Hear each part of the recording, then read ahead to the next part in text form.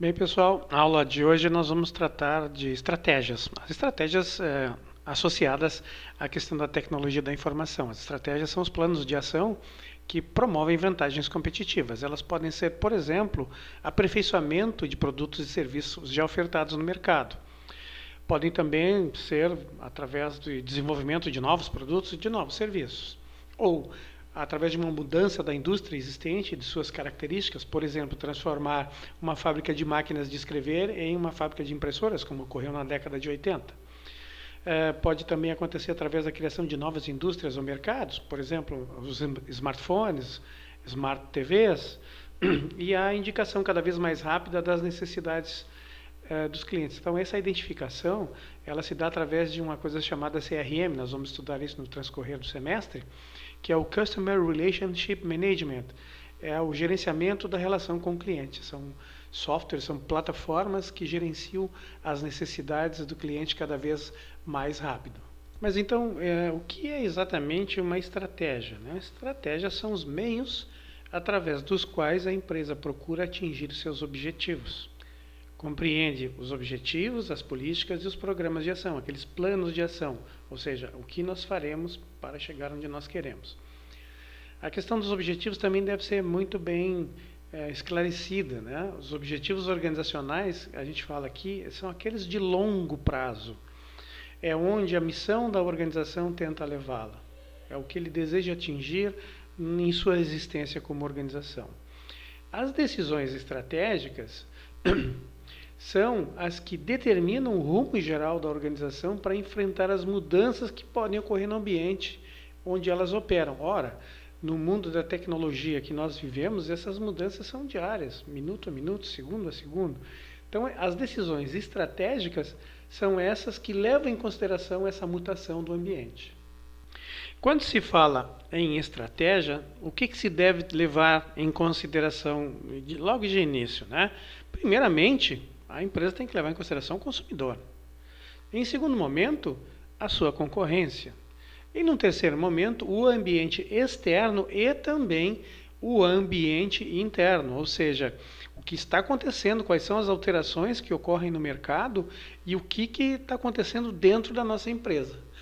E toda estratégia, ela tem que analisar o que a empresa faz no momento, o que o ambiente diz no momento e o que a empresa precisa fazer para que no futuro ela se mantenha no mercado.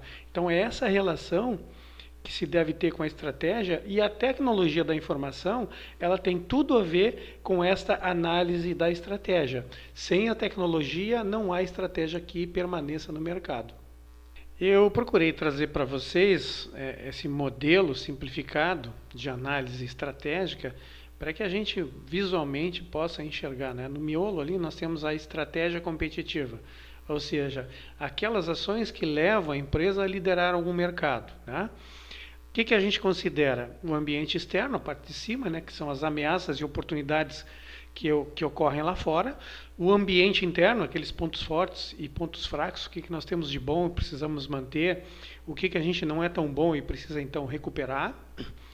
Levando em consideração os objetivos táticos, ou seja, aqueles objetivos de médio prazo, e sempre se guiando pela visão, pela missão, pelo tipo de negócio que nós representamos e por princípios que guiam essa organização, né? Não podemos esquecer jamais desses 4 tópicos aqui. A partir de agora vamos olhar então um ambiente interno, diagnóstico estratégico interno, os pontos fortes e os pontos fracos. Essa fase de um planejamento estratégico consiste então em verificar o que a organização tem de potencialidade, o que ela tem de forte, por um lado, né?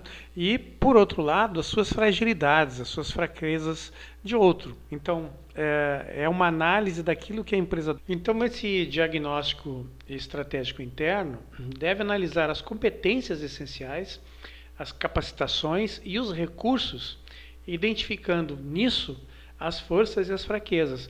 Pensem do ponto de vista de tecnologia da informação e da competitividade que o mercado oferece, como isso é importante, né? Quais são as competências essenciais de uma organização em questões de tecnologia. A avaliação da organização, então, é um processo que busca a vantagem competitiva, localizando recursos, capacidades, competências que são criadores de valor, aquilo que agrega valor ao nosso produto e ao nosso serviço, né? Que é muito difícil de ser copiado pelo concorrente. Senão, a gente cria coisas para os concorrentes terem vantagens sobre nós. E para finalizar, a gente tem que fazer a seguinte pergunta: quais são as forças e fraquezas dos recursos? Um ponto forte, o que é? Algo que a empresa faz bem, que ela faz melhor do que os concorrentes. É o diferencial dela no mercado. Um ponto fraco, o que é? É algo que a empresa não tem, ou se utiliza mal, ou uma condição que a coloca em desvantagem aos seus concorrentes. Então isso é que tem que ser levado em consideração quando se fala forças e fraquezas dos recursos. Por outro lado, vamos ver agora o diagnóstico estratégico externo, as ameaças e oportunidades que a organização enfrenta, né? O diagnóstico estratégico externo, também denominado de análise ambiental, então quando se fala em análise ambiental estamos falando disso, é a maneira como a organização faz o mapeamento do seu ambiente, como ela analisa as forças competitivas que existem lá fora. A finalidade disso é identificar os indicadores de tendências, avaliar o ambiente de negócios, a evolução do seu setor, analisar a concorrência e entender os grupos estratégicos. Então vejam bem, no que tange a tecnologia, isso é essencial. Então, identificar as ameaças e oportunidades ainda não percebidas pela empresa. Isso é mais importante do que qualquer outra coisa. Aqui neste slide eu trago para vocês o modelo das forças competitivas do Porter, do Michael Porter, né? Onde ele mapeia isso. Então, os concorrentes na indústria, ele leva em consideração isso, né? Quais são as ameaças? São os novos entrantes, então novos concorrentes, né? E produtos substitutos, aquele que pode ser mais barato, que pode substituir o meu de qualquer forma. Por um lado, nós temos os fornecedores e por outro, os consumidores, ambos com poder de negociação, ou seja, os fornecedores para aumentar o preço das matérias-primas e os consumidores por pagarem mais barato. Então, o modelo de Porter é considerado dessa forma. Na lâmina seguinte, tem um modelo mais completo que vocês podem analisar com mais calma.